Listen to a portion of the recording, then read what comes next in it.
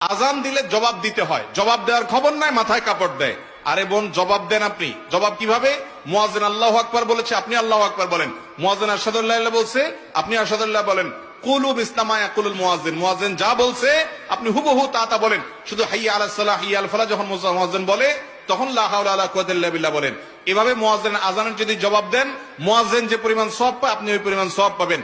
আর মুয়াজ্জিন কি পরিমাণ সওয়াব পায় জানেন? হাদিসে আসছে মুয়াজ্জিনের আজান শুনে যত মানুষ নামাজ পড়ে তাদের সবার সমপরিমাণ সওয়াব মুয়াজ্জিন সাহেব পায়, আর আপনি জবাব দিয়ে ওই পরিমাণ সওয়াব পাইতে পারেন।